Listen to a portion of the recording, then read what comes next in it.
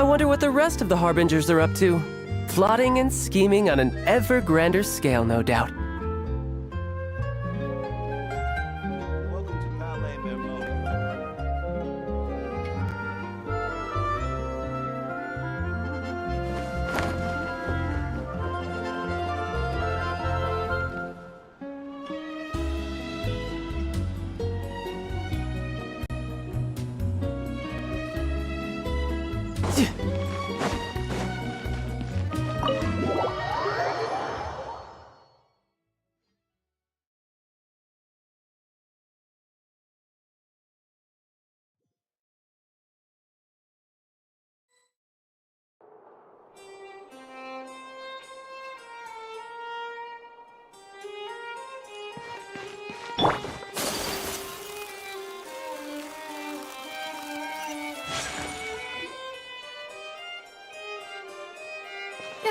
You're here! Finally! Is something wrong? Monsieur Neurvalette and Lady Farina, they seem to have gotten into a dispute. Please go see for yourself.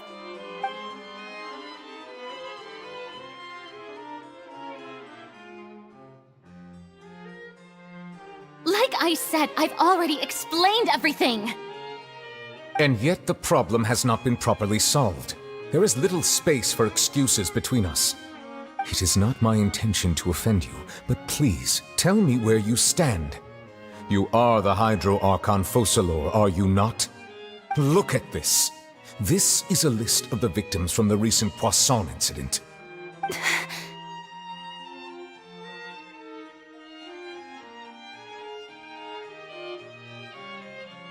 You mean... they're all... We did not arrive in time to avert this disaster, and I will not have it happen again. I will say this once more. You must tell me everything you know. Yesterday, I found 3 stone slates in some ancient ruins near Poisson. Do you know anything about those? Seriously? You're questioning me like this is a court case now. I don't know anything about that. But you found them in some ancient ruins, you say? That's correct, which is why I came to ask you some questions. There should have been 4 slates, but one of them was missing. The other 3 feature different images that seem to correlate to the prophecy. The prophecy? The second of these slates depicts the previous Hydro Archon Egeria kneeling before a floating island in the sky, as if confessing something. Do you know nothing of this either? I don't. I've never seen such slates. I'll ask you again. Do you really have no information regarding the previous Archon? My deciphering of the slates indicates that the Hydro Archon Egeria once had to confess to, or apologize for, a certain sin. If anyone would know about it, it should be you. All gods don't have the same secrets, you know. She was herself and I'm me. Is it really so strange that I know nothing? I understand your concerns, but I'm sorry. I just don't have anything to tell you. Forgive me for saying this now, Lady Farina, but I have long known of your various secret investigations into certain matters. There are several indications that you have been investigating the prophecy on the sly. This is not strange in itself, considering that you are the Hydro Archon. But it is strange that you should also claim to not know any of Egeria's secrets, as well as do nothing following your inquiries. You have never been as superficial as you have presented yourself to be, nor are you a fool. And yet, your behavior is very inconsistent.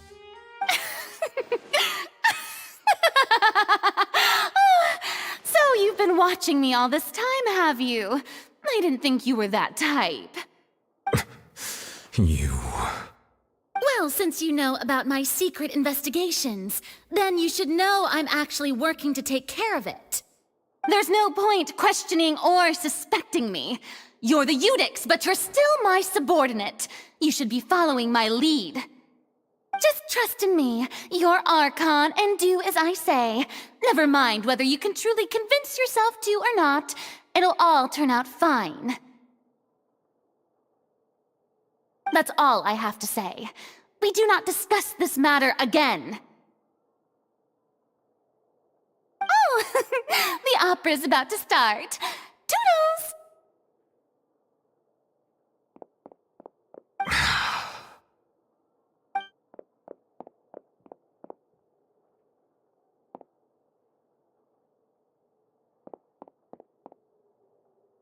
Did Farina not notice us standing by the door?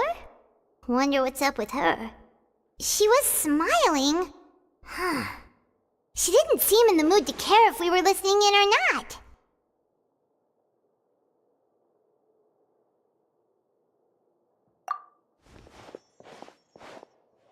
I assume you've been outside for a while now? Oh! You noticed! Seems Farina didn't even realize we were here. She was in a great panic, though I cannot discern the reason. Our discussion reached impasses time and again, a state of affairs that we cannot allow to continue. Still, I do not understand. Dialogue is the basis for understanding, so why did she keep refusing to engage?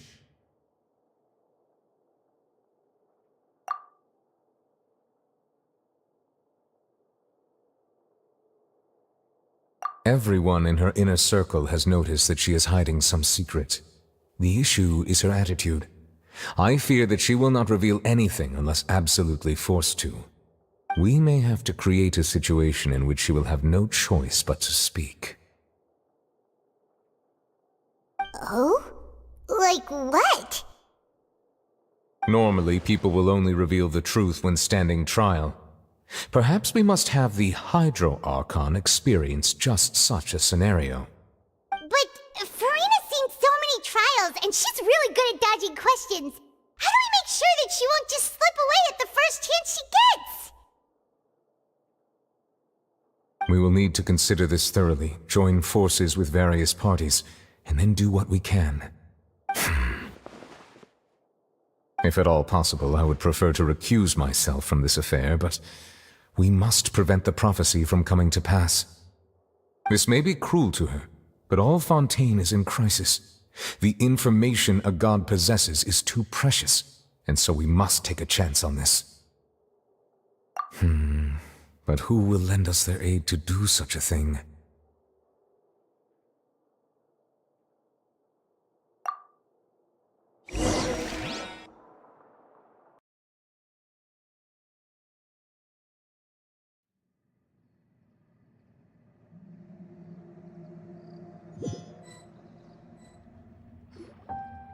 Well, that's everyone, huh? Speaking of which, it was pretty smart of you to think of hiding here. Poisson was just involved in a disaster, so it's presently devoid of people. That naturally makes it the best choice. And here you are drinking tea like it's the most natural thing in the world, huh? That's what family should do. Sit and enjoy a leisurely time together. It's nice to enjoy tea here, you know? Care for a cup? Lend me your ears, everyone. Or perhaps one of you might like to start us off. How about you, friend? Me? No, I don't think I can. Then, how about you, good sir? I fear that I will cause the mood on this boat to become as somber as it is in court.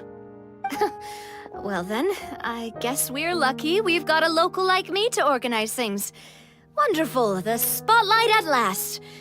I guess I'll be facilitating things from here. That was a little long-winded, don't you think? Oh, you might be right. Anyway, to cut to the chase, our friend here, the Traveler, has brought us together to discuss something.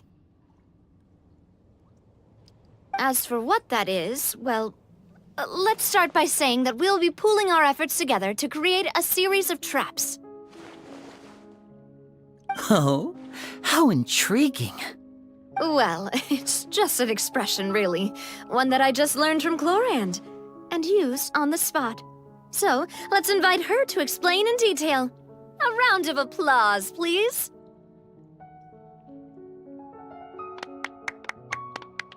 Huh? Didn't you say that you would be facilitating this? Oh, come now. Your work doesn't involve much public speaking, right? This is a good chance to practice. You might even pick up some fancy oratory tricks to impress your boss with in the future. I see. And what does my boss say? He is glad that you consider him your boss. Do go on.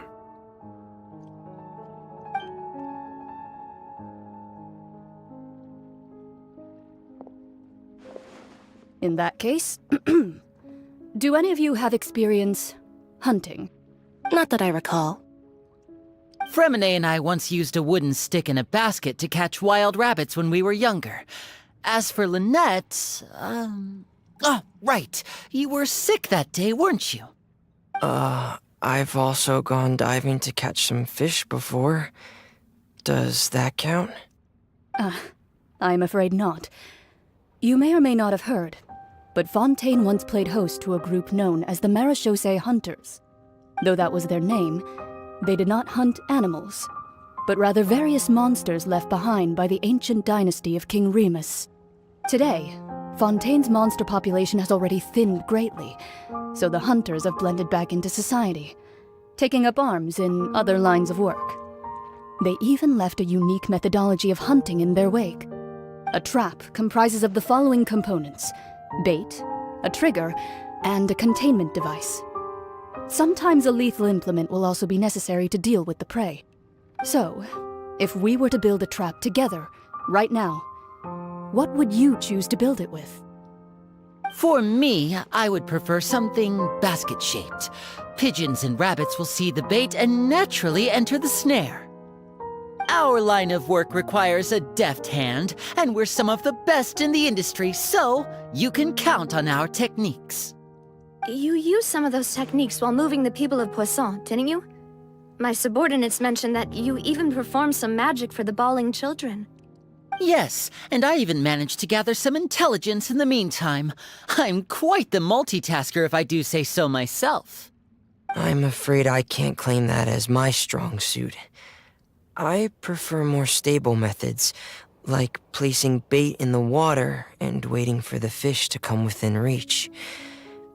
That's the kind of method I would count on. Calm and steady. Exactly the kind of person who would catch loads of fish. And I can be their assistant. With discretion, I'm sure. I'd probably use some sort of mechanical animal. Papa once bought me some small clockwork squirrels, mice, and such. When placed in the forest, they can attract others of their kind. I remember that you liked those too, didn't you? I did. And that would be a good way to go about it. If they're realistic enough, animals of the same kind will follow them all the way to the trap. What about you, Monsieur Neuvillette? I fear I do not have any related experience. That makes sense. You usually solve problems directly, without the use of any such tricks. But I do have one more question for you, Monsieur. If we were to create a trap now, how would you design it? I would like for it to be effective, but bring no harm to the prey. A more gentle trap would be ideal. Kind, as always. However, our intention doesn't necessarily change the containment device and the type of implement we need. If we wanted to kill the prey in one strike, we would need a powerful implement. However, that also goes for prey that must be captured and safely contained. Wait, why's that? Only a hunter who's a true expert at subduing their prey can snare it without harming it. The line that divides life and death is often exceedingly thin. So are we going hunting together? We hadn't thought of seeing ourselves as hunters. It kinda works, but maybe it's still not the best metaphor. If our means of capturing and dealing with our prey is to put them on trial, then the hunting metaphor is actually quite accurate. But we shall require much more courage than any hunter to judge a god, a being whose seat is an exalted throne. Oh, so that's what's going on. Sounds very interesting.